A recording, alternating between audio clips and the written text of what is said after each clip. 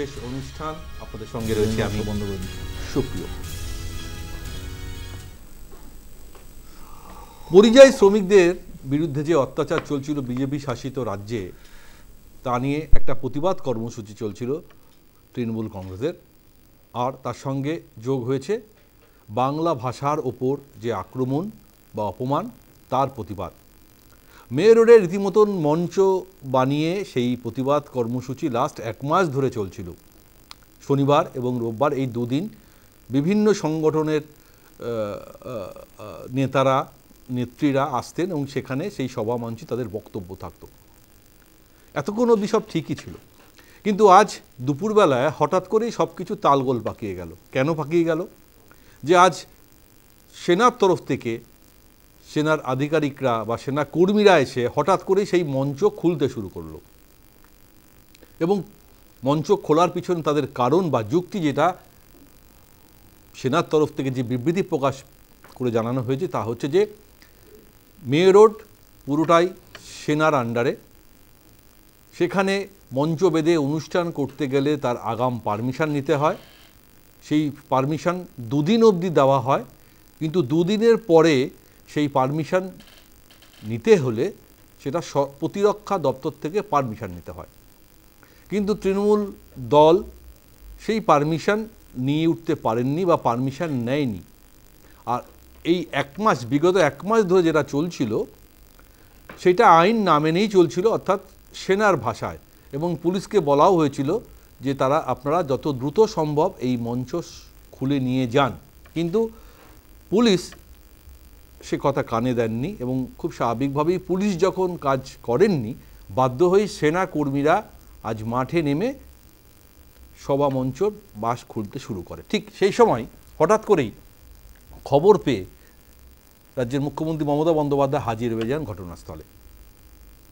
খুব স্বাভাবিকভাবে যখন মুখ্যমন্ত্রী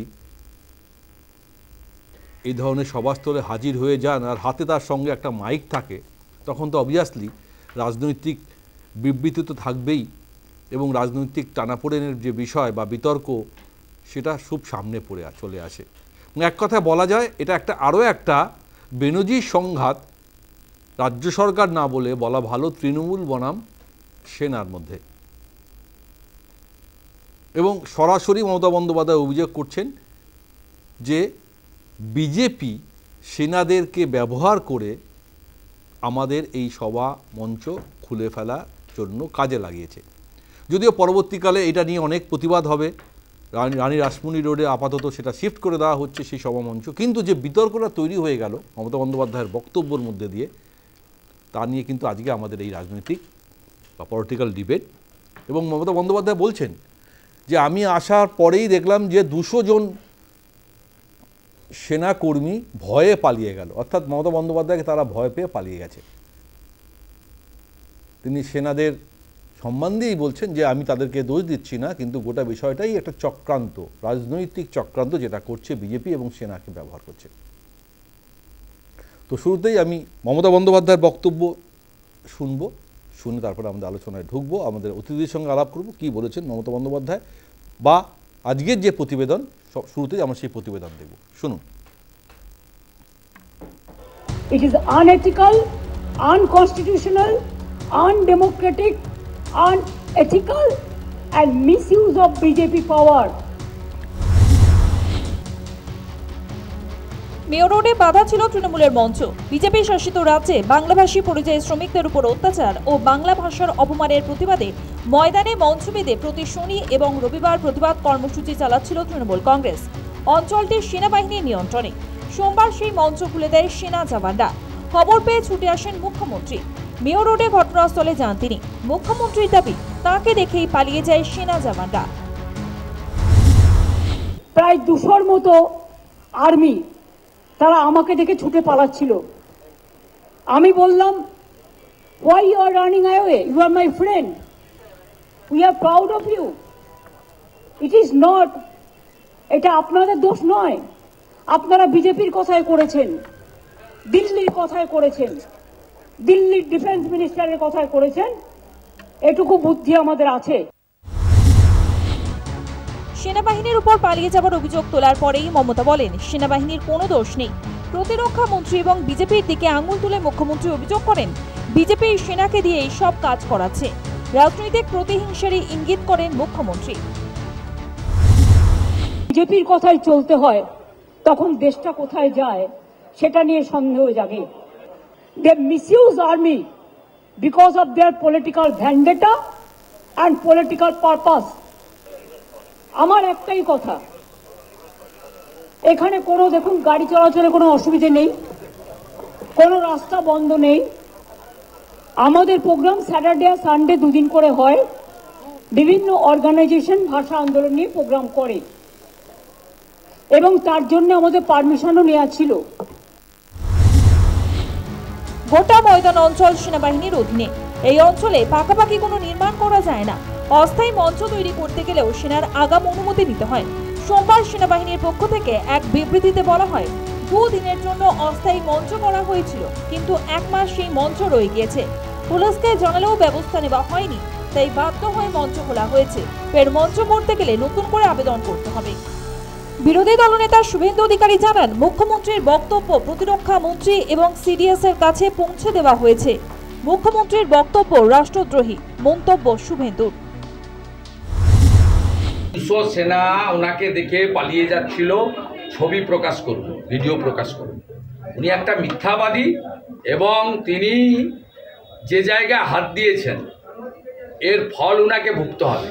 আমি ইতিমধ্যে এক স্যান্ডেলে দিয়েছি এবং আমি ন্যাশনাল চ্যানেলকেও দিয়েছি। আমি রাজনাথ সিং, সিডিএস সহ সর্বস্তরে আমি জানিয়েছি যে এই কথাটা একজন রাষ্ট্রবিরোধী মানসিকতার লোক ছাড়া অন্য কেউ বলতে পারে না।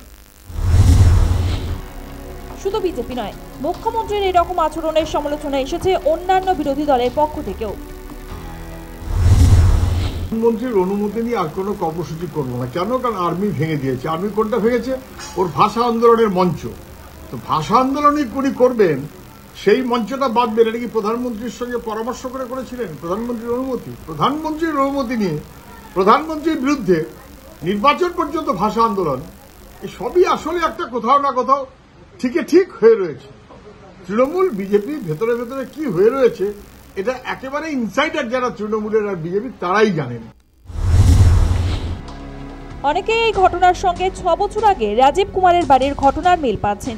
সেই সময় সিবিআই আজকের ডিজি রাজীব কুমারের বাড়িতে গিয়েছিল সারদা কেলেঙ্কারির তদন্তে, কিন্তু মুখ্যমন্ত্রী সিবিআই আধিকারিকদের বাড়িতে ঢুকতে দেননি এবং এরপর ধর্মতলায় দীর্ঘদিন অবস্থানও করেন।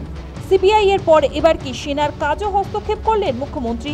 আগামী কয়েকদিন এই বিতর্ক জারি থাকবে বলেই মনে করছে রাজনৈতিক মহল। News time. আমরা দেখছিলাম আজকের প্রতিবেদন। যদিও এর পরে বিরোধী দলনেতা শুভেন্দু অধিকারী সেই মেয়ে রোডের উপরই একটা প্রতিবাদ কর্মসূচি করেছেন যে কেন মমতা বন্দ্যোপাধ্যায় আজ এই সভামঞ্চে এসে তার প্রতিবাদ, কেন তিনি সেনার বিরুদ্ধে এরকম মন্তব্য করেছেন। 200 জন সেনা কর্মী পালিয়ে গেছেন, এটা সেনার অপমান। অর্থাৎ রাজনৈতিক বক্তব্য পাল্টা বক্তব্য, সভা পাল্টা সভা, অর্থসভা বা বক্তব্য সবকিছুই চলছে, শুধুমাত্র সামনে রেখে একটা জিনিসকে, যেটা হচ্ছে রাজনৈতিক একটা আকার নিয়ে নেওয়া। যেটা ছিল শুধুমাত্রই একটা প্রতিবাদ সভা মঞ্চ, এখন সেটা হয়ে গেল পুরোটাই রাজনৈতিক সভা মঞ্চ। খুব স্বাভাবিক। আমরা অনুষ্ঠান শুরু করবো, আমাদের সঙ্গে উপস্থিত যারা অতিথি আছেন তাদের সঙ্গে আলাপ করে দেবো। আমরা একদম ডান দিকে রয়েছেন বিজেপির মুখপাত্র ডক্টর তন্ময় মুখোপাধ্যায়। তন্ময়দা, আপনাকে স্বাগত। আমরা একদম বাদিকে রয়েছেন সিপিআইয়ের তরফ থেকে মুখপাত্র রিতেশ বসাক, রিতেশদা আপনাকেও স্বাগত। আমার সঙ্গে রয়েছেন তৃণমূল কংগ্রেসের কর্মী সমর্থক ভাস্কর সিনহা রায়, ভাস্করদা আপনাকেও স্বাগত। বাইরে থেকে রয়েছেন রাজনৈতিক বিশ্লেষক অধ্যাপক প্রদীপ চট্টোপাধ্যায়। প্রদীপদা, প্রথম প্রশ্ন আপনার কাছেই রাখবো। প্রদীপদা, মমতা বন্দ্যোপাধ্যায় অনেক মন্তব্য করেন, দেশের প্রধানমন্ত্রীকে নিয়ে মন্তব্য করেন, দেশের মুখ্য নির্বাচন কমিশনার তাকে নিয়ে মন্তব্য করেন, দেশের স্বরাষ্ট্রমন্ত্রী তাকে নিয়ে মন্তব্য করেন, বিএসএফকে নিয়ে মন্তব্য করেন, ইডি সিবিআইকে নিয়ে মন্তব্য করেন। শুধু বাকি যেটা ছিল সেটা হচ্ছে সেনা। আজকে তিনি সেনাদেরকে নিয়েও এমন এমন বক্তব্য মন্তব্য রাখলেন যেটার সঙ্গে একটা রাজনৈতিক যোগ তো তিনি রাখলেনই, কিন্তু হঠাৎ করে তিনি সেই বক্তব্য রাখলেন তাকে দেখে নাকি সেনারা ভয়ে পালিয়ে গেছে। খুব স্বাভাবিকভাবেই মমতা বন্দ্যোপাধ্যায় বলেছেন, সেটা আমাদের শুনতে হয়েছে। কিন্তু বক্তব্য হচ্ছে যে তৃণমূলে কি আর কোনো নেতা নাই? যে একটা প্রতিবাদ সভা মঞ্চ, যেটা জুরিসডিকশন অফ আর্মি, সেখানে তাদের নিয়ম মেনে তারা যদি মঞ্চটা খুলে ফেলেই, সেখানে সেটা থামানোর জন্য তাকেই বা কেন আসতে হচ্ছে? তৃণমূলে সত্যি কি তাহলে আর কেউ নেই এই মঞ্চটা আটকানো বা ঠেকানোর জন্য বা কোনো বক্তব্য দেওয়ার জন্য? ফলে কোথাও আমার মনে হচ্ছে সব কিছুর পিছনেই কোথাও না কোথাও একটা রাজনৈতিক সুড়সুড়ি বা রাজনৈতিকভাবে কোনো মেসেজ অপোনেন্টের থেকে কেড়ে নিয়ে, ইস্যুটা কেড়ে নিয়ে লাইমলাইটে চলে আসা, এবং সবটাই ভোট কেন্দ্রিক। তাই কি মনে হচ্ছে আপনারও, প্রদীপদা? প্রথমেই বলি যে দেখুন, তৃণমূল কংগ্রেসের সত্যি কথা বলতে যে মুখ্যমন্ত্রী মমতা বন্দ্যোপাধ্যায় নিজে হাতে এই দলটি গড়েছিলেন, তৃণমূল কংগ্রেস দলটি, এবং তৃণমূল কংগ্রেসে বর্তমানে যারা রয়েছেন প্রত্যেককেই সম্মান জানিয়ে বলছি যে আজকে মনে হচ্ছে যে সেনাবাহিনী যদি আসে কোনো তৃণমূল কংগ্রেসের দলীয় সমাবেশকে বানচাল করতে, বা কেউ যদি আসে বুক চিতিয়ে লড়াই করার জন্য, বোধহয় এখনো ওই একমাত্র মমতা বন্দ্যোপাধ্যায়, তাকেই চলে আসতে হচ্ছে। সেনাবাহিনী কোথায় তার সমাবেশ, দলীয় সমাবেশের উপরে আঘাত আনবে, রাজনৈতিক দলগুলো কখন কি বক্তব্য পেশ করে, সবই হচ্ছে মমতা বন্দ্যোপাধ্যায়কে ট্যাকেল করতে হচ্ছে। তো ফলে স্বাভাবিকভাবেই প্রশ্ন উঠছে যে তাহলে তৃণমূল কংগ্রেস দল, যেটা এত বড় দল, সেই দলে এত নেতাকর্মী রয়েছেন, সবাই কি মমতা বন্দ্যোপাধ্যায়ের শিরোপীড়ার কারণ হওয়ার জন্য? কেউ টাকা তুলছেন, কেউ তোলাবাজি করছেন, কেউ কারো আত্মীয় স্বজনদের চাকরি করিয়ে দিচ্ছেন, মানে নেতা কর্মীদের তাহলে অবস্থানটা কি? মমতা বন্দ্যোপাধ্যায়ের হাত শক্ত করা, না মমতা বন্দ্যোপাধ্যায়ের মাথা ব্যথার কারণ হয়ে যাওয়া? মমতা বন্দ্যোপাধ্যায় আজকে ক্যাটেগরিক্যালি বলেছেন যে যদি জানা থাকতো যে পারমিশন নেই, যে কোনো সময় অন্য জায়গাতে সরিয়ে দেওয়া যেত। ফলে এই যে বারংবার রিমাইন্ডার দেওয়া হয়েছে তৃণমূল কংগ্রেসের দলকে, বিশেষ করে তৃণমূল কংগ্রেসের যারা সাধারণ সম্পাদক, মুখ্য সচেতক, দলীয় দলের সভাপতি, এনাদের সবার অফিসেই নাকি ইমেল গেছে, অথচ সেই ইমেলকে হয় গুরুত্ব দেওয়া হয়নি, না হলে ইমেল দেখেনি বা চিঠিপত্র দেখেননি। ফলে এই জায়গাটা আপনি দেখুন যে তৃণমূল কংগ্রেসের আজকে সত্যি একটা অসহায় অবস্থা। তার কারণ হঠাৎ করে তৈরি হওয়া একটা পরিস্থিতি, তাকে কিভাবে মোকাবিলা করতে হয় সেটা বোধহয় এখনো প্রত্যেকে মমতা বন্দ্যোপাধ্যায় দিয়ে তাকিয়ে থাকেন। আরজিকর কাণ্ড যখন হলো তখন মমতা বন্দ্যোপাধ্যায় নিজে রাস্তায় নেমেছিলেন বিচার চাওয়ার, ন্যায় বিচার চাওয়ার জন্য। তো আবার আজকেও দেখা গেল তার দলের, আজকে তো ধরুন তাহলে কলকাতার জেলা তৃণমূল কংগ্রেস বা দক্ষিণ কলকাতার জেলা তৃণমূল কংগ্রেস, তারা কি করছিল? তাদের সভ্য সমর্থকরা কেন এসে ওখানে এটা আটকালেন না? কেন মুখ্যমন্ত্রীকে আসতে হলো? আমার কথা হচ্ছে একদিকে যেমন হ্যাঁ এটা ঠিক যে মুখ্যমন্ত্রী লাইমলাইটে আসার চেষ্টা করছেন, এটাই মমতা ব্যানার্জির হচ্ছে গিয়ে রাজনৈতিক কৌশল। তার জন্যই উনি এত জনপ্রিয়, যে কোনো একটা ছোট ঘটনাকেও তিনি একটা রাজনৈতিক ভাবে, কৌশলগত ভাবে কিভাবে তৃণমূল কংগ্রেসের এটা ভালো হবে। তার কারণ আপনি দেখুন না যে আজকে আপনি একটু আগেই শুরুতে বললেন যে 1 মাস ব্যাপী ওখানে নাকি শনি রোববার করে কর্মসূচি হয়েছে। সুপ্রিয়দা, আপনি কোনো একটা শনি রোববারে গত 1 মাস আপনি কোন শোতে দেখিয়েছেন যে কোন তৃণমূল কংগ্রেসের সংগঠনের কোন শাখা তারা ওখানে অনুষ্ঠান করছে? আজকে যখন মঞ্চ ভাঙা হচ্ছে তখন সবাই সারা মানে পশ্চিমবঙ্গবাসী প্রায় জানলেন যে হ্যাঁ ওখানে গিয়ে একটা কিছু মঞ্চ ছিল, সভা সমাবেশ নাকি শনি রোববার করে হচ্ছে। তার আগে খবরটা কোথায়? তো ফলে আজকে 1 সেপ্টেম্বর সেনাবাহিনীর তরফ থেকে বলা হলো যে আগস্ট মাস পুরোটা তারা অনেকবার রিমাইন্ডার দিয়েছে, তাই 1 সেপ্টেম্বর আজকে তারা এটা খুলে দিতে গেছে। এবং এইখানেই হচ্ছে গিয়ে ব্যাপার যে তার কারণ সবটা চোখটা তো হচ্ছে গিয়ে 2026-এর বিধানসভা নির্বাচন। প্রত্যেক রাজনৈতিক দলেরই চোখটা থাকা উচিত সামনের নির্বাচনের দিকে। তো সেই নির্বাচনের দিকে চোখ তাকিয়ে যেমন পরিযায়ী ইস্যুটাকে তিনি মমতা বন্দ্যোপাধ্যায় বাংলা বিরোধী, বাংলা ভাষা বিরোধী ইস্যু করেছেন, আবার আজকে দেখুন সেনাবাহিনীকে উনি একদিকে বলছেন তারা সেনাবাহিনী তাদের গর্ব, আমাদের তারা ভাই, আবারও বলছেন যে সেনাবাহিনী বিজেপির কথায় পরিচালিত হচ্ছে। তাহলে রাজ্য পুলিশ কি মুখ্যমন্ত্রীর কথায় পরিচালিত হয়? যখন রাজ্য পুলিশ এই যে আর্থিকর কাণ্ডে যখন এত ঝামেলা হচ্ছিল, যখন ওই 14ই আগস্ট ভাঙচুর হচ্ছে, তখন যে পুলিশ যে একদম তলায় চলে গেছে, টেবিলের তলায় আশ্রয় নিচ্ছে ভয়ে, বা পুলিশের ইনঅ্যাকশন বা কখনো কখনো ওভার অ্যাকশন, যে শিক্ষকদের লাঠি হচ্ছে, লাঠি পেটা হচ্ছে, তাহলে এই রাজ্য পুলিশ কি তাহলে তখন বলতে হবে? একদম সেই প্রশ্নটাও কোথাও ঘুরে ফিরে চলে আসছে প্রদীপদা, সেই প্রশ্নটাও কোথাও ঘুরে ফিরে চলে আসে আপনার সেই বক্তব্যের মধ্যে দিয়ে। একদম ঠিক প্রদীপদা, আমি আসবো আবার, আমি ভাস্করদার কাছে যাচ্ছি। ভাস্করদা, আজকে আরও একটা ঘটনা ঘটেছে, সেটা হচ্ছে যে মুরলীধর সেনের বাইরে আজকে বিজেপির মহিলা শাখার একটা প্রতিবাদ কর্মসূচি ছিল। কি সভা? সেখানে প্রধানমন্ত্রী এবং রাজ্যের স্বরাষ্ট্রমন্ত্রী অমিত শাহর বিরুদ্ধে যে ধরনের কুরুচিপূর্ণ মন্তব্য করেছেন তার একটা প্রতিবাদ সভা ছিল। সেখানে আপনাদের পুলিশই সেই সভামঞ্চ আজকে করতে দেয়নি, ভেঙে দিয়েছে।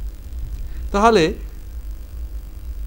অপোনেন্টের প্রোগ্রাম, বিরোধী দলের প্রোগ্রাম হলে আমরা ভেঙে দেব, আর সরকারের কোনো প্রোগ্রাম হলে বা কোনো কিছু হলে আমরা কোনো কিছু দেখব না, চোখ বন্ধ করে রাখবো, আর সেনা তাদের নিয়ম অনুযায়ী যখনই সেটা ভাঙতে যাবে বা আটকাতে যাবে বা খুলতে যাবে, তখনই একটা কোথাও না কোথাও একটা বাঘ বিতণ্ডা, আক্রমণ, পাল্টা তরজা শুরু হয়ে যাবে। তো এটাও তো ঠিক নয়।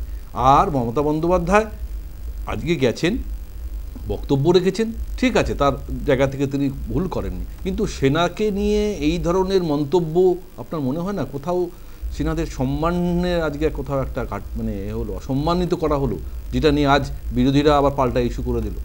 বিরোধীরা কি পাল্টা ইস্যু করেছে জানি না, তবে বিজেপির অফিসের সামনে বিজেপির বিরুদ্ধে কি করছিল না করছিল সেটা নিয়ে সাধারণ মানুষ জানে না। তবে যেটা জানে যেটা কলকাতা পুলিশ আজকে তাদের সভামঞ্চটাকে বন্ধ করে দিয়েছে।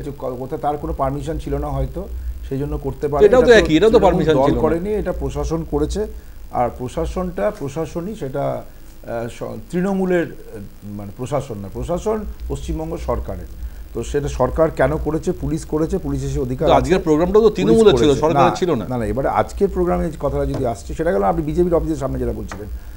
আর প্রতীক হয়তো খুব একটা নজর রাখছে না।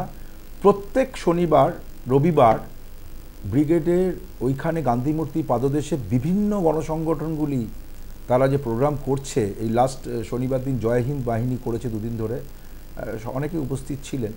তো সেটা দেখেনি, এবং আজকে আপনারা দেখাননি, ও হয়তো টিভি দেখে না বা গণমাধ্যমে সম্পদগুলো খুব একটা নজর করছে না, সেটা অন্যদিক। প্রশ্ন হচ্ছে যে ব্রিগেডে সভা হবে, এটা নিয়ে আমরা গান শুনেছি, ব্রিগেডে সভা হয়, কলকাতা ব্রিগেডে সভা হয়, এটা আমরা জন্ম থেকে, আমাদের আগের প্রজন্ম থেকেও সবাই জেনে আসছে, জানে। শনিবার রবিবার করে সভা হচ্ছিল, এবং ব্রিগেডে সভা হওয়ার জন্য গান্ধী মূর্তির পাদদেশে যে এতদিন ধরে যা হচ্ছিল সেটা তো কোনো বেআইনি কিছু হয়নি। না, আইনে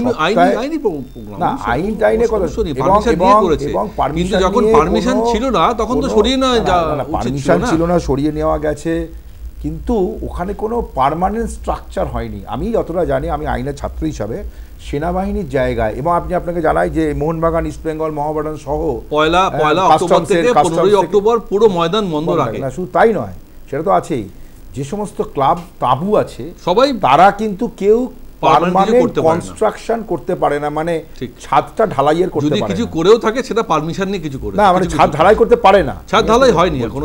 আমি বলছি কথা আসছি।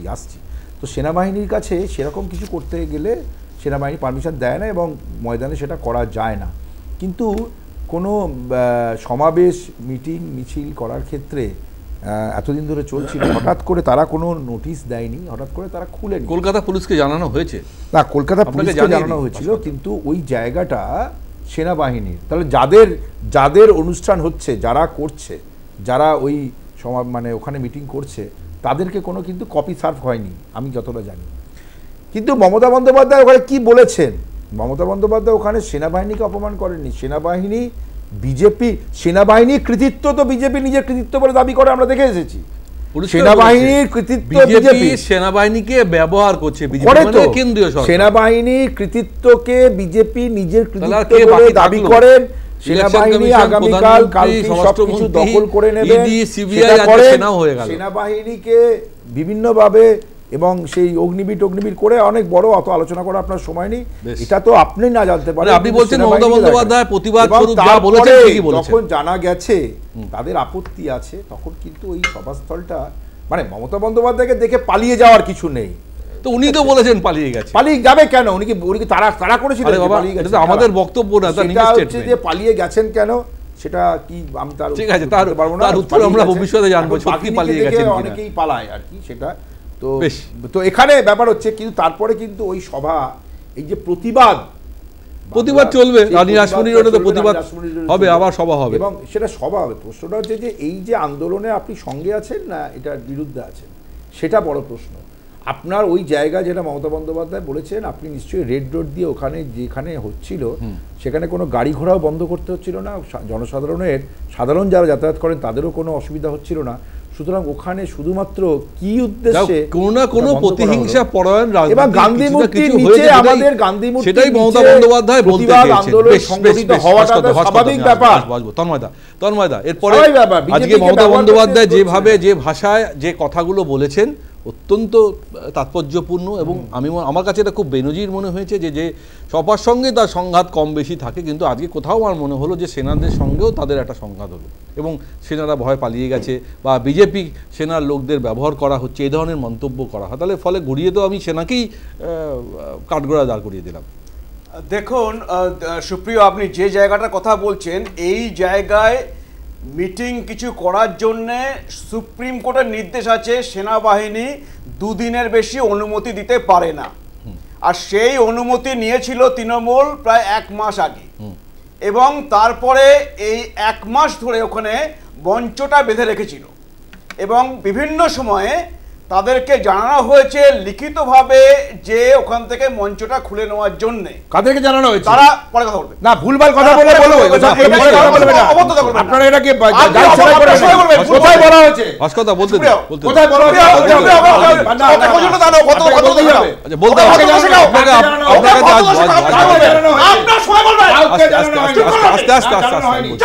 আমি বলছি ভাস্করদা বেশ আস্তে, আপনি আপনার পয়েন্ট থেকে বেরিয়ে যাচ্ছে। আমি বলছি ভাস্করদা আমি বলছি তন্ময়দা আপনি আপনার পয়েন্ট থেকে সরে যাচ্ছেন।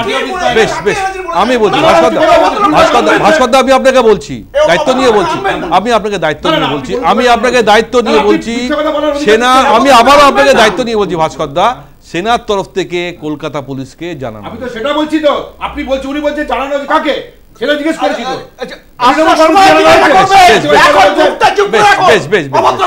বলুন তন্ময়দা বলুন, আপনার ভাষায় আপনি উত্তর দিন, অন্য ভাষার দিকে কথা বললে কিন্তু ইয়ে যাবে। বলুন আপনি সময় নষ্ট করছেন তন্ময়দা, আপনি সময় নষ্ট করছেন, আপনার সময় নষ্ট হচ্ছে। বলুন, আপনি ঠিকঠাক কথা বলুন। সেনাবাহিনী লিখিতভাবে জানিয়েছে কাকে? আমাদের কাছে তো। আরে কাকে বলুন না? ভাস্করদা, এই ভাই সুপ্রিয়, আচ্ছা ভাস্করদা আমাকে বলতে দিন, আপনাকে বলা হচ্ছে। আরে বলতে দিন না, আপনি বলতে দিন, আপনি কেন আটকাচ্ছেন? বলুন। কোনো একটা মানে আচ্ছা বলুন, আপনি বলুন, আপনার কথা বলুন। স্কুলে বলতে পারবে না। সেনাবাহিনী লিখিত দিয়েছে আজকে যে তাদেরকে, যে তারপরে পুলিশকেও জানানো হয়েছে, কারণ মুখ্যমন্ত্রী ওখানে গিয়ে তাদেরকে দোষারোপ করেছেন নাকি পুলিশকে জানানো হয়নি। এবং তারপরে তখনও আজকে 31শে আগস্ট হয়ে যাওয়ার পরেও যখন খোলা হয়নি, তারা আজকে সেটা খুলেছে। এর থেকে 3টে জিনিস প্রমাণ হয়। একটা হচ্ছে যে তিনি আজকে ভারতের সেনাবাহিনীকে রাজনীতির মধ্যে জড়ালেন। দ্বিতীয়ত, মমতা বন্দ্যোপাধ্যায়কে পশ্চিমবঙ্গের অধিকাংশ মানুষ বিশ্বাস করে না, তিনি মিথ্যে কথা বলেন। তিনি আজকে আবার মিথ্যে কথা বলে বললেন যে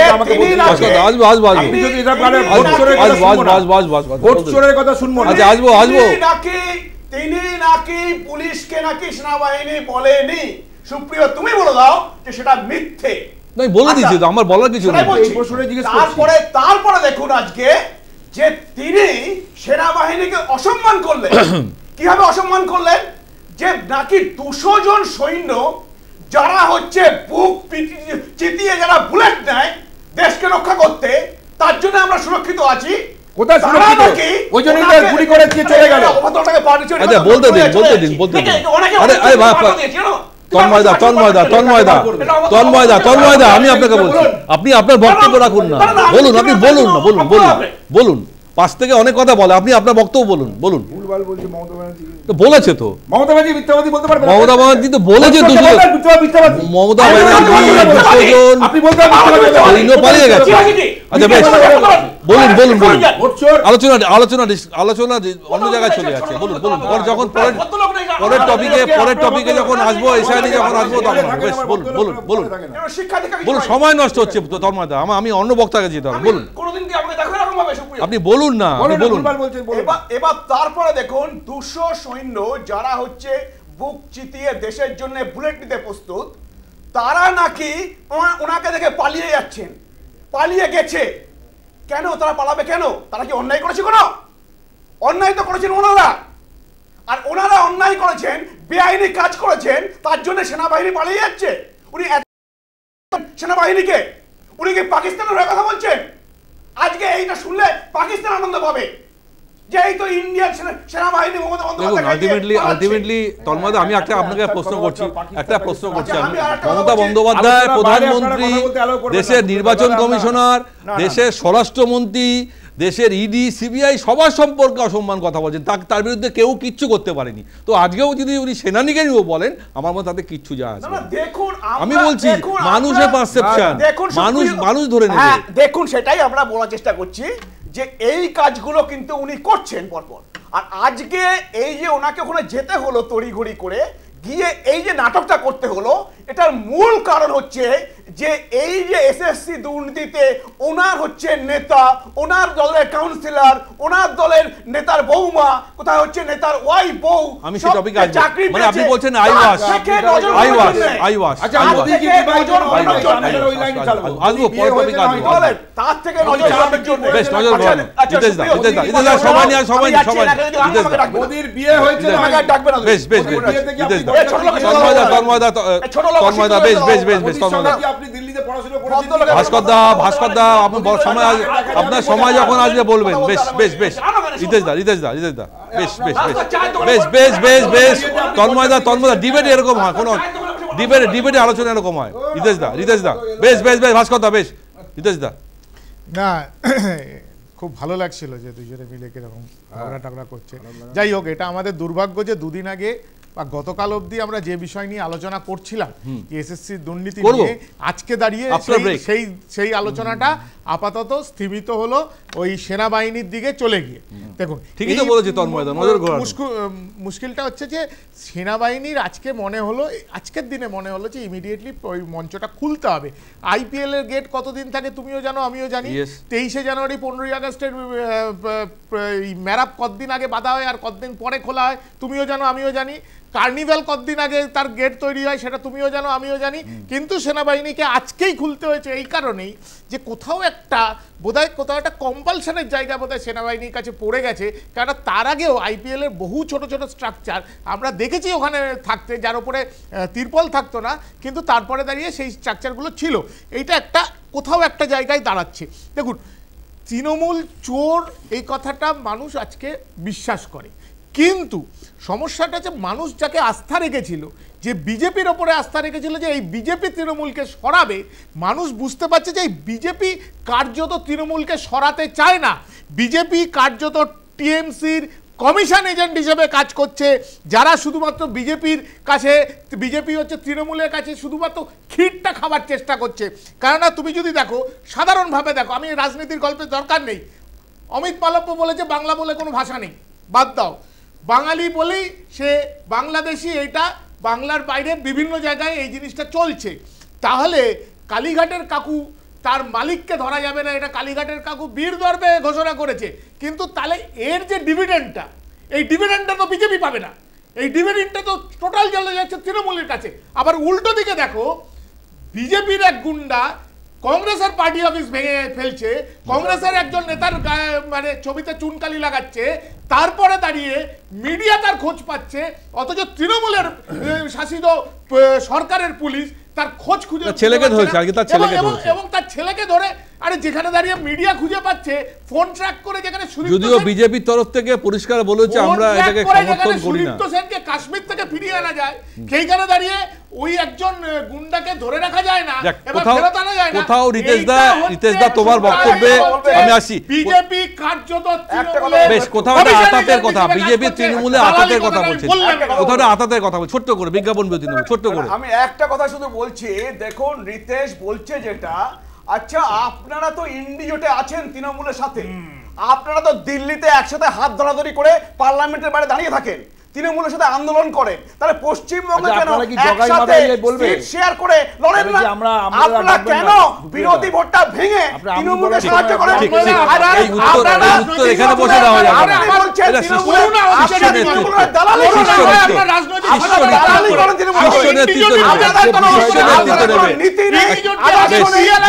করেন, বেশ শেষ করতে হবে, ছোট্ট বিজ্ঞাপন বিরতি, আসবো ছোট্ট একটা বিজ্ঞাপন বিরতি, ফিরে এসে আমরা এসএসসির দুর্নীতি নিয়ে আমরা আলোচনা করবো, ফিরে আসি, আসবো ভাস্করদা, আসবো একই বিষয়, আসবো ছোট একটা বিজ্ঞাপন। ফিরে এলাম বিজ্ঞাপন বিরতির পর। আমাদের স্টুডিও আজ রীতিমতন একদম উত্তেজনায় ভরপুর করছে। যে টপিকে আমরা ছিলাম, এই সেকেন্ড ফেজে আমরা একটু অন্য টপিকে যাব, সেটা হচ্ছে অবভিয়াসলি স্কুল সার্ভিস নিয়োগ দুর্নীতি নিয়ে। আমরা সবাই জানি যে হাইকোর্টের নির্দেশে ইতিমধ্যেই গত শনিবার এসএসসি দাগিদের অর্থাৎ চিহ্নিত দাগিদের তালিকা প্রকাশ করেছে এবং সেখানে 1806 জনের নাম তালিকায় রয়েছে এবং তারপরেই আমরা দেখেছি ছত্রে ছত্রে সেখানে তৃণমূলের লোকজন, স্বজন পোষণ সবভাবেই রয়েছে। কোনো তৃণমূল বিধায়কের বৌমা, কারো মেয়ে, কারো একজন কোনো প্রাক্তন মন্ত্রীর মেয়ে, কোনো একজন কাউন্সিলর, সব ঠিক আছে। শুধু তৃণমূল বললে হবে না, এখানে কিন্তু আমি এটাও বলতে চাই যে কোথাও কোথাও বিজেপির কিছু নেতা বা কোথাও সিপিএমের কোনো লোক, কেউ না কেউ কোনো না কোনোভাবে যুক্ত, তবে বেশিরভাগ সিংহভাগটাই অবশ্যই তৃণমূল। কিন্তু এই তালিকা কি সঠিক, এই তালিকা কি সম্পূর্ণ, না এরপরেও আরও অনেক নাম রয়েছে যেগুলো ইতিমধ্যে প্রকাশ হওয়ার কথা থাকলেও সেটা এসএসসি প্রকাশ করতে পারেনি। যেমন প্রাক্তন বিচারপতি অভিজিৎ গঙ্গোপাধ্যায়, বর্তমানে তিনি বিজেপির সাংসদ, তিনি কিন্তু বলছেন যে 1800 যে তালিকা প্রকাশ করা হয়েছে সেটা তা নয়, এর থেকে আরও অনেক বেশি এক্সপেক্ট করা হচ্ছে 6000। এবং সিবিআই যেটুকু তালিকা হাইকোর্টে বা সুপ্রিম কোর্টে দিয়েছে, যেটুকু আমার মনে পড়ছে সেটাও বোধহয় সম্ভবত 5500-এর ওপর। কিন্তু সবথেকে বড় প্রশ্ন এখন এই মুহূর্তে যে 1806 জনের যে তালিকা প্রকাশ করা হয়েছে তারও কিন্তু ইতিমধ্যেই বিতর্ক তৈরি হয়েছে এবং নানা রকমভাবে সেই বিতর্কের মধ্যে বারবার প্রশ্ন আসছে, তাহলে কেন তৃণমূলের যারা একেবারে নেতা বা নেত্রী, তাদের পরিবার পরিজন, তারা কি করে এই সুযোগগুলো পাচ্ছে? এরপরে তো রয়েছে যারা টেন্টেড অর্থাৎ পয়সা দিয়ে যারা চাকরি পেয়েছে, সেটা তো আরও একটা বড় প্রশ্ন। সুতরাং এই তালিকা নিয়ে একটা প্রশ্ন থাকছে। আমি প্রথম প্রশ্ন করতে চাই প্রদীপদাকে। প্রদীপদা, যেভাবে এই বিতর্ক সামনে মাথা চারা দিচ্ছে এবং পরীক্ষার ডেটে ইতিমধ্যেই সুপ্রিম কোর্ট বলে দিয়েছে, কিন্তু এখন এই বিতর্ক অর্থাৎ 1806টায় কি সম্পূর্ণ তালিকা, না এরপরও আমার যেটুকু মনে হচ্ছে যে এরপরও আরও অনেক বিতর্ক সামনে আসতে পারে, কারণ আরও অনেক তালিকা নিয়ে হয়তো মামলাকারীরা সুপ্রিম কোর্টে গিয়ে হাজির হতে পারে। সেক্ষেত্রে গোটা যে পরিকল্পনাটা, যে প্রক্রিয়াটা, মানে পরীক্ষার যে প্রক্রিয়া, সেটা কোথাও কি গিয়ে থমকে যেতে পারে? প্রদীপদা,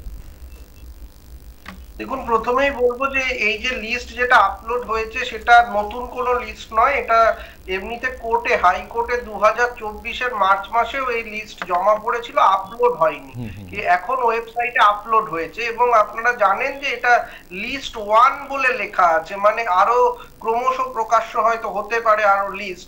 কিন্তু যেটা সব থেকে বড় কথা এবং যে প্রশ্নটা আপনি করলেন সেটা হচ্ছে যে পরীক্ষা ব্যবস্থা, মানে 7 এবং 14 তারিখে যে সেপ্টেম্বর মাসের এসএসসি পরীক্ষা হচ্ছে, সেখানে নতুন যারা ছেলেমেয়েরা পরীক্ষায় বসতে চলেছে তারা কি আদৌ পরীক্ষা ব্যবস্থার উপরে ভরসা, আস্থা, এসএসসির উপরে আস্থা রাখতে পারবেন কি পারবেন না, এইটা একটা বড় কোশ্চেন।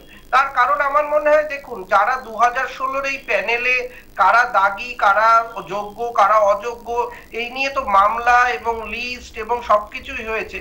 আমার মনে হয় সব থেকে বড় ভুল যেটা এসএসসি সাম্প্রতিকতম অবস্থায় করেছেন সেটা হলো যে নতুন করে যখন এই পরীক্ষার বিজ্ঞপ্তি দেওয়া হলো যে পরীক্ষা হবে, সেখানে বোধহয় নতুনদের সঙ্গে এই যে যাদের নিয়ে মামলা হয়েছিল তাদেরকে একসঙ্গে না বসালেই পারতেন। আমার মনে হয় এইখানে একটা সব থেকে বড় ভুল হয়ে গেছে। এবং এই মুহূর্তে আমার মনে হয় রাজ্য সরকার এবং এসএসসি তাদেরকে কিন্তু একটু এগিয়ে আসা উচিত, যাতে করে আগামী 7 এবং 14 এই দুদিন পরীক্ষা, যে অলরেডি পরীক্ষা আমাদের এখানে ঘোষিত আছে এসএসসি, সেখানে আমার মনে হয় একদম ফ্রেশ ক্যান্ডিডেট যারা, তারা এই পরীক্ষায় বসুক। এবং যারা এখন ধরুন দাগি, তারা আবার বলছে পরীক্ষায় বসবে, যারা মানে যোগ্য তারা বলছে আমরা পরীক্ষায় বসবো না।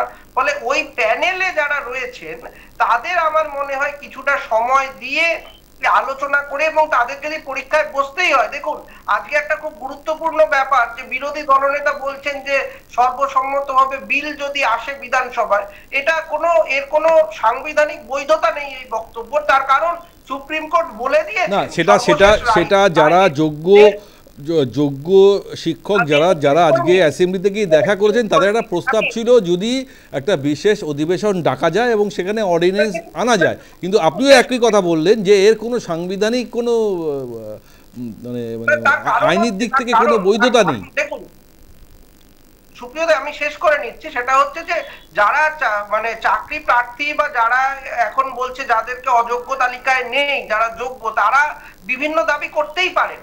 কিন্তু বিরোধী দলনেতা একটা সাংবিধানিক পজিশন, তিনি যখন এটাকে বলছেন যে আমি এই বিলটা আনার তো কোনো জায়গাই নেই, তার কারণ সুপ্রিম কোর্ট নিজে বলেছে সর্বশেষ রায়তে যে আমরা সমব্যথী এনাদের প্রতি, কিন্তু পরীক্ষা ব্যবস্থায় সাধারণ মানুষের যাতে আস্থা ফিরে আসে তার জন্য এনাদেরকে পরীক্ষায় বসতে হবে। ফলে আমি সেটাই বলার চেষ্টা করছি যে এসএসসি এই নতুন বিজ্ঞপ্তি যখন জারি করেছে, তখন কিন্তু ফ্রেশ ক্যান্ডিডেটদের সঙ্গে এনাদের একসঙ্গে পরীক্ষায় বসবে, এই জায়গাটাতেই গন্ডগোল হয়েছে। এবং এই মুহূর্তে যা পরিস্থিতি, এসএসসি স্বতঃপ্রণোদিতভাবে বা রাজ্য সরকারের স্বতঃপ্রণোদিতভাবে এগিয়ে আসা উচিত যে যারা ফ্রেশ ক্যান্ডিডেট, নতুন ছেলেমেয়েরা, তাদের যাতে আস্থা থাকে পরীক্ষা ব্যবস্থা এসএসসির প্রতি, তারা তাদের মতো পরীক্ষা দিক। এবং এখন যারা বলছে আমরা দেব কি দেব না, আর 1 সপ্তাহ বাকি, আমার মনে হয় তাদের পরীক্ষা আলাদাভাবে কখনো নেওয়া হোক, এরকম একটা যদি আবেদন তারা। কিন্তু সময় অত্যন্ত কম, প্রতিভা সময় অত্যন্ত কম। 7 তারিখে প্রথম পরীক্ষা, আমি জানি না এরপরে কি হবে, আমাদের নজর রাখতে হবে। আমি ভাস্করদার কাছে, ভাস্করদা আজকেও কিন্তু সুপ্রিম কোর্টে এসএসসিকে মতন আজকে প্রশ্নের মুখে পড়তে হয়েছে, এবং সেখানে তারা বলেছেন যে হ্যাঁ আমরা সমস্ত দাগি, চিহ্নিত দাগি যারা তাদের অ্যাডমিট পেয়েছিল, যারা পরীক্ষায় বসতে চেয়েছিলেন, তাদেরকে আমরা বাদ দিয়ে দিয়েছি। কিন্তু তারপরেও এমন আরও অনেক প্রশ্ন বিভিন্ন ঘোরাফেরা করছে যে এই তালিকা সম্পূর্ণ নয়, অসম্পূর্ণ তালিকা, আরও অনেক এরকম নাম রয়েছে যেগুলো হয়তো এসএসসি প্রকাশ করেনি। এসএসসি এই প্রথম তো তালিকা প্রকাশ করলো তা নয়, 2024 নয়, ওর ভুল করলো, 2023 ফেব্রুয়ারি মাসে হাইকোর্টে একটা লিস্ট জমা দিয়েছিল, সেখানে 600 থেকে 700-র মধ্যে একটা সংখ্যা, সেই সংখ্যার লিস্টটা সেটা দেওয়া হয়েছিল। দেখুন আজকে সুপ্রিম কোর্টে দুটো মামলা ছিল, আইটেম নাম্বার 56 আর item number 58। Right, item number 56-এ বলা হয়েছে, বিচারপতিরা বলেছে, প্রথম কথা হচ্ছে বিচারপতিরা বলেছে যে কোনো অজুহাতে মানে প্লিজ একটু বলতে দিই, আমি জানি আপনার অসুবিধা হবে, মামলাবাজ বিকাশ এবং সিন্ডিকেটকে জানিয়ে দিয়েছে যে কোনো অজুহাতে এসএসসির বিরুদ্ধে একটা মামলা খাড়া করে আপনারা সুপ্রিম কোর্টে চলে আসবেন, এটা আর বরদাস্ত করা যাবে না। 2, 56 আইটেম নাম্বার 56-এ যে টেন্টেড তালিকায় যদি কারুর নাম বাদ পড়ে থাকে, সেই নাম আপনারা সরকারি উকিলকে দিয়ে দেবেন, সেটা গত শুক্রবার দিনকে বলে দেওয়া হয়েছে। আর আইটেম নাম্বার 58-এ 1 লাইনার জানিয়ে দেওয়া হয়েছে যে আগামী 7 এবং 14 সেপ্টেম্বর পরীক্ষায় পুরনো নতুন সহ এলিজিবল ক্যান্ডিডেটরাই বসতে পারবেন। এগুলো তো আগেই বলে দেওয়া হয়েছে, এবং এখানে এইগুলো বলে দেওয়ার পরে আজকে সুপ্রিম কোর্ট যেটা বলার পরে নূতন করে কারা টেন্টেড নন, কারা বসতে পারেন, কি হলে ভালো হতো, মাসির যদি গোপ হতো তাকে মামা ডাকতাম কিনা, এটা বলার আর জায়গা থাকছে না। 7 তারিখ এবং 14 তারিখে সুপ্রিম কোর্টের নির্দেশ অনুযায়ী পরীক্ষা হতে চলেছে। এবং যদি কারোর যদি এসএসসির প্রতি ভরসা না থাকে, আমার যদি মানে ব্যবস্থাটার প্রতি ভরসা না থাকে, তাহলে তার হয় জঙ্গলে গিয়ে থাকা উচিত বা লড়াই করা উচিত, বিপ্লব করা উচিত, সে পরীক্ষা দেবে কি দেবে না সেটা তার উপরই ছেড়ে দেওয়া উচিত। কিন্তু মামলাকারীরা যারা মামলা করেন রিজেক্টেড, আজকে আপনার এই পরীক্ষা দেওয়া না দেওয়ার মামলাটা রিজেক্ট করার পরে দুটো আইটেমকে যেভাবে আজকে সুপ্রিম কোর্ট বিদায় জানিয়েছে, এবং মামলাবাজ কেউ সম্পূর্ণ প্যানেল বাতিল চেয়েছিলেন, প্যানেল বাতিলের পরে আবার যারা বাদ গেছে তাদের হয়ে মামলা লড়ছেন, মাল কামানোর রাস্তাটা বন্ধ হয়েছে মামলাবাজ। আচ্ছা প্রদীপদারা কি বলছে? এটা মনে করবেন। আচ্ছা বেশ, প্রদীপদা বলুন। 2024-23 ঠিক করে নেবেন। এসএসসির প্রতি এরপরে আস্থা কি করে থাকতে পারে, কি বলার চেষ্টা হচ্ছে? জঙ্গলরাজ তো তৈরি হয়ে গেছে। তৈরি হয়ে গেলে জঙ্গলে তো আপনি নেই। আপনার যদি মনে হয় থাকে জঙ্গলরাজ, তাহলে সেই রাস্তা পরিষ্কার করার চেষ্টা করবেন, অথবা জঙ্গলে চলে যাবেন। সেটা কে করবে? সরকার করবে তো। জঙ্গলরাজ কি বর্তমান শাসক করবে? আমরা আপনাকে জঙ্গলের জন্তু মনে করব কি জঙ্গলের মানুষ মনে করব? বেশ। কিন্তু আপনি পরীক্ষা দেবেন কি দেবেন না সেটা আপনি ঠিক করতে পারেন না। সেটা যারা পরীক্ষা দেবে সেটা তারাই ঠিক। আচ্ছা বেশ তন্ময়দা, দেখুন দুটো জিনিস নিয়ে বলবো। একটা হচ্ছে যে আজকে যেটা কথা হয়েছে যে বিরোধী দলনেতার সাথে, আমরা বিজেপি সবসময় বলে এসেছি যে আমরা সবসময় যোগ্যদের পাশে আছি এবং আমরা চাই না, কিন্তু সেটা বৈধ নয় একজন। কিন্তু সেটা আমি সেটাই বলার চেষ্টা করছি যে আমাদের জাস্টিস অভিজিৎ গাঙ্গুলি আজকে বলেছেন যে সেটা বৈধ হবে না, এবং এটা আমিও তাই মনে করি। এই জন্যে দেখুন যে এটা হচ্ছে রায় বেরিয়ে গেছে, রিভিউ হয়ে গেছে, তো এখন কোনো অর্ডিন্যান্স দিয়ে যদি আপনি সেটাকে রায়টাকে আবার হচ্ছে ঘুরিয়ে দেওয়ার চেষ্টা করেন, তাহলে সেটা কি প্রেসিডেন্ট সেট করবে? প্রথম কথা, সেটা করা যায় না। পরে ল বানিয়ে সেটাকে আগের জাজমেন্টে অ্যাপ্লাই করা যায় না। আর দ্বিতীয়ত হচ্ছে আপনি কি প্রেসিডেন্ট সেট করবেন? এরপরে যে কোনো কেউ কোনো কিছুতে কোনো কিছু কনভিক্টেড হলে কিছু হলে আপনি সাথে সাথে বিধানসভায় এসে ল বানিয়ে তাকে বাদ করে দেবেন। তো এগুলো হবে না, যদিও তারা আশাবাদী, কিন্তু এগুলো হবে না, সেটা হচ্ছে জাস্টিস গাঙ্গুলি বলে দিয়েছে। এবার দেখুন সুপ্রিম কোর্ট তার অর্ডারে এটাও বলেছেন আগের দিনে যে একজনও যেন অযোগ্য প্রার্থী যেন পরীক্ষায় বসতে না পারে। এবং এখন কথা হচ্ছে যে, এবং এটাও জাস্টিস গাঙ্গুলি বলেছেন যিনি এই কেসে প্রথম থেকে ছিলেন, যে এইটা পুরো লিস্ট নয়, আরও অযোগ্য ওর মধ্যে ঢুকে আছে। এবার ধরুন পরীক্ষা হলো, তারপরে যদি বেরিয়ে গেল তার মধ্যে অযোগ্য ছিল, তখন দেখবেন সুপ্রিম কোর্ট এটাও বলেছেন যে পরে আবার সিবিআই দিতে পারেন। তার মানে কি হলো, এই যে ছেলে মেয়েগুলো কষ্ট করে পরীক্ষা দিল আবার, তারপরে আবার তাদের চাকরি হবে না, আবার সেটা বিষ বাউ জলে হয়ে যাবে, আবার তার সাথে তাহলে তো এই প্রশ্নটাই আসছে যে সুষ্ঠুভাবে পরীক্ষা আদৌ হবে কি? এইটা তো এই, আর তারপরে তো আপনি যেটা বলছেন স্বচ্ছতাভাবে হবে কিনা, স্বচ্ছতা নিয়ে তো সবসময় প্রশ্ন রয়েছে। যে এসএসসি এত কিছু করে থাকতে পারে, তারা হচ্ছে এইভাবে চাকরি দিয়ে থাকতে পারে, তার এখন যে লিস্টটা বের করেছে 1806 জনের, তার মধ্যে কিভাবে দেখা যাচ্ছে চাকরিগুলো কিভাবে নিয়ে নেওয়া হয়েছে, তো তারা তো এরপরে লোক হয়তো কোশ্চেন বলে দেবে, কোশ্চেন দিয়ে দেবে, দিয়ে বলবে তোমাদের কোশ্চেন দিলাম, পয়সা দাও, দিয়ে তারপরে হচ্ছে তোমরা হচ্ছে পরীক্ষায় বসবে, বসে তোমরা নিজে দেবে, আমরা ওএমআর শিটের দায়িত্ব নেব না। তো এরা এই একই কথা বলবে। তো তার ফলে কি হচ্ছে যে কোনো মানুষ বিশ্বাস করে না এখন, যেটা প্রদীপদা বললেন, যে এই এসএসসি কোনো স্বচ্ছভাবে পরীক্ষা নিতে, কিন্তু উপায় নেই, কিন্তু উপায়ও তো নেই, বাধ্যম তো এসএসসি কেই নিতে হবে। তাহলে তো পুরো সিস্টেমটাকে বদল করতে হবে, সেই উপায় কি আছে? ফলে একজনকে কাউকে তো ভরসা করতে হবে। হ্যাঁ, এর মধ্যে আমার যেটা মনে হয় যেটা হলে ভালো হতো হয়তো, কিন্তু কিছু আপনি যেটা বলছেন সেটা ঠিক, অন্তত হচ্ছে কোনো রিটায়ার্ড জাজ যদি এর মাথার উপরে থাকছে, পুরো জিনিসটা সুপারভাইজ করতে এবং ডে টু ডে মনিটর করা হতো, একটা মনিটরিং টিম থাকতো, তাহলে হয়তো একটু গোটা বিষয়টা এমন একটা হচপচ অবস্থা হয়ে আছে না এই মুহূর্তে। আমরা বারবার এটাই ফিল করছি যে 26,000 শিক্ষক অশিক্ষক কর্মীদের চাকরি চলে গেছে। এখন একটাই উপায় সুপ্রিম পশ্চিমবঙ্গে, এই সরকারকে বিসর্জন দেওয়া। দেখুন সেটা তো মানুষ ঠিক করবে, সেটা মানুষ ঠিক করবে, সেটা মানুষ ঠিক করবে। এই ছেলে মেয়ে তো ভবিষ্যৎ প্রজন্মের ছেলে মেয়েরা, তার জন্য 2026-এ বিধানসভা নির্বাচন। রিতেশ দা, কোথাও কি মনে হয় যে এই মুহূর্তে যে জায়গায় দাঁড়িয়ে আছে খুব সুষ্ঠুভাবে এবং খুব ঠিকভাবে এখনো অযোগ্যদের যে তালিকা প্রকাশ হয়েছে, যেটাকে অনেকেই মনে করছে এটা অসম্পূর্ণ, পরীক্ষা 7 তারিখ 14 তারিখ হওয়া সম্ভব না? এখানেও আবার মামলা বা এমন কিছু ঘটনা ঘটতে পারে এখানে সবকিছুই আবার থমকে যাবে। না দেখো, বাংলা একজন বাঙালি হিসেবে বিশ্বের কাছে আমাদের মাথা হেট এই কারণে হচ্ছে যে প্রতিষ্ঠান নিজে স্বীকার করছে যে তার যে লিস্ট ছিল তার মধ্যে দাগিরা বসেছিল এবং তার একটা প্রথম লিস্ট দিয়েছে, এই ফাইনাল লিস্ট নয়, কিন্তু তার মানে এই লিস্টটা বেরোতে পারে। এক, দুই হচ্ছে যে এই লিস্টের ক্ষেত্রেও কোনো মূল্য নেই এই কারণেই যে তুমি কয়েকজনের নাম লিখে দিয়েছো, তারা হচ্ছে টেন্টেড, তারা কি কারণে টেন্টেড বা কি কারণে তারা দাগি সেটা তুমি কিন্তু লিখছো না।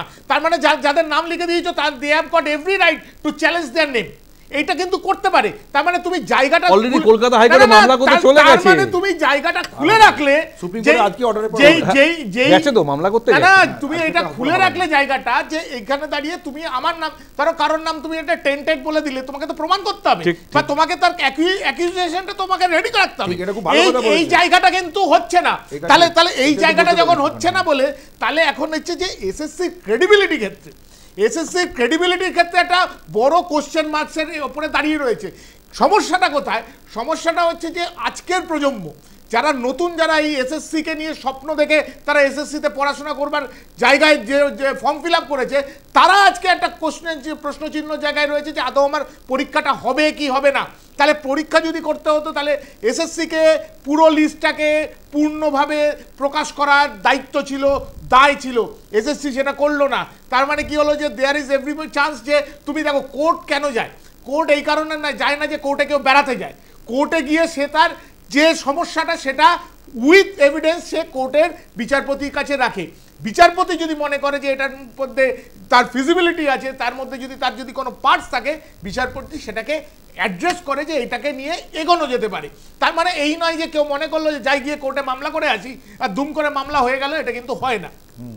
কিন্তু যে সমস্যাটা যেটা হচ্ছে যে এই যে নেক্সট যে দুটো দিনের পরীক্ষার ক্ষেত্রে বা আজকে একটা উঠে এসছে যে অর্ডিন্যান্স করে তুমি অর্ডিন্যান্স কি করবে, এইটাই যে ফাইনাল দেখুন বিরোধী দলনেতা যেটা বলেছে আমি জানি না তার মধ্যে কোনো আইনি বৈধতা আছে কিনা, কিন্তু আমরা যেটুকু বিশেষজ্ঞদের সাথে কথা বলেছি সেখানে এই অর্ডিন্যান্স করে কোনো লাভ নেই।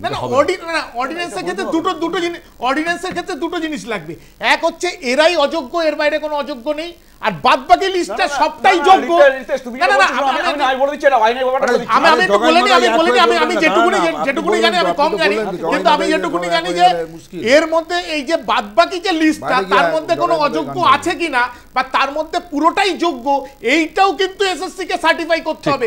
না হলে কিন্তু কোনোভাবেই তুমি কিন্তু সময় বড় কম, সময় বড় কম, তাই না? 7 তারিখে পরীক্ষা। হ্যাঁ চট করে শেষ করুন। রিতেশ যেটা বলছে ওইটা হচ্ছে লিগালি একটা প্রভিশন আছে, রিভিউ পিটিশনের পরে একটা কিউরেটিভ পিটিশন বলে। হ্যাঁ কিউরেটিভ পিটিশন করতে গেলে তাকে সমস্ত যোগ্য অযোগ্য বাছাই করতে হবে, আলাদা করতে হবে এবং সেটা হচ্ছে কোর্টকে সন্তুষ্ট করতে হবে, তবে কিন্তু কিওর সম্ভব, না হলে সম্ভব না, সেটা কখনো এরা করবে না। আর তাছাড়া এই অর্ডিন্যান্সের কথাটা যেটা রিতেশও বলেছে আমরা বলছি যে এটা হচ্ছে রেট্রোস্পেক্টিভলি আবার একটা করে নিয়ে কোর্টে গিয়ে একটা জাজমেন্টকে চেঞ্জ করা। যাই হোক কিন্তু সুপ্রিম কোর্ট একটা জিনিস কোর্টের যে ব্যাপারটা বলছেন এই যে চাল আর কাঁকড় আলাদা করা যায়নি, আপনি মানবেন তো এই কথাটা বলেছেন? তাহলে এই যাদের লিস্ট 2023 সালে ফেব্রুয়ারিতে দিয়েছিল তারা ছিল কাঁকড়, এবং এই যে কাঁকড়ের যে লিস্টটা এই লিস্টটা তো ছিল আপনাদের এই চাল আর কাঁকড় আলাদা করা যায় না, কিন্তু সেটা সার্টিফাইড করেন এবারে বলছেন আপনি বলছেন যে এরা ইচ্ছা করে, তাহলে যারা তারা হচ্ছে পয়সা নিয়েছে, ঘুষ খোরা পয়সা নিয়েছে, ঘুষ খোরা কি করে আলাদা করবে, মার খাবে না কাছে। এটা রিভিউ করেছিলাম। এখন ব্যাপার হচ্ছে যে আমরা যে রিভিউ পিটিশনটা ফাইল করেছিলাম সেখানে এটাই বলা হয়েছিল যে যখন আপনারা টেন্টেড কে জাস্টিফাই করছেন যে এরা টেন্টেড, তাহলে টেন্টেডের বাকি যারা তারা তাদেরকে আপনারা তো বলতে পারে তাদেরকে তো এসএসসি বলবে, এসএসসি তো বলেনি, পরীক্ষা নিয়েছে এসএসসি।